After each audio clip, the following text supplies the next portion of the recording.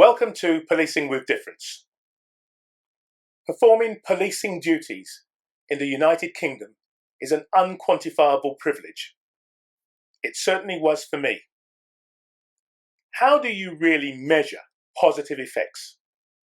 From safeguarding vulnerable people in society, negating harm caused by violent criminals to innocent persons, or perhaps the good feel factor from synergy amongst dedicated professionals aimed at saving lives and preventing serious harm, damage, or loss. Observing, learning from, and in turn developing and supporting colleagues. Or the thrill from differing skills and abilities combining with common aims to enhance quality of life in communities. However, detracting significantly from the aforementioned unquantifiable privileges are interwoven negatives of vastly contrasting experiences, some difficult, others dangerous, and then those that debilitate. So much so that the reputation of the police service is seriously damaged. For many people, confidence and trust simply no longer exists. Of course, much depends on an individual's viewpoint, but it is naivety or idiocy to pretend that this current status is a minor blip. Public confidence is either low and dropping further still, or maybe it's already beyond the Rubicon. What's the cause? Huge erosion of confidence in policing has occurred over decades. Far from a finite list, but key amongst other factors are failure to provide equal and effective policing services to different individuals and communities, biased and prejudicial profiling as opposed to intelligence-based decision-making, serious crimes committed by serving personnel, ranging from dishonesty breaching trust to violent crimes, including murder. Closing ranks and prioritising organisational reputation ahead of operational risk assessments.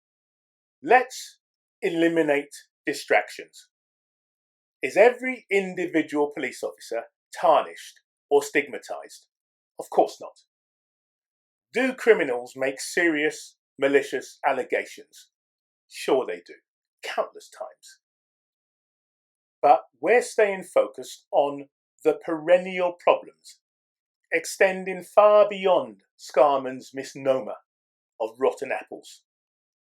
Assessment of reputational damage and repair measures needed present huge difficulties and equally mammoth suggested solutions. For example, some want more investment in policing.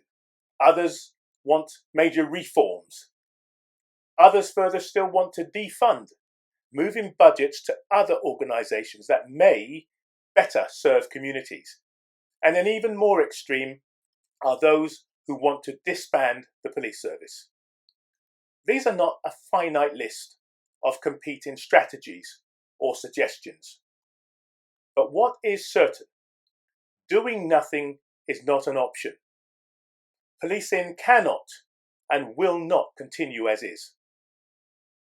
For police organisations, reputational damage stems primarily from the inability to grasp the following.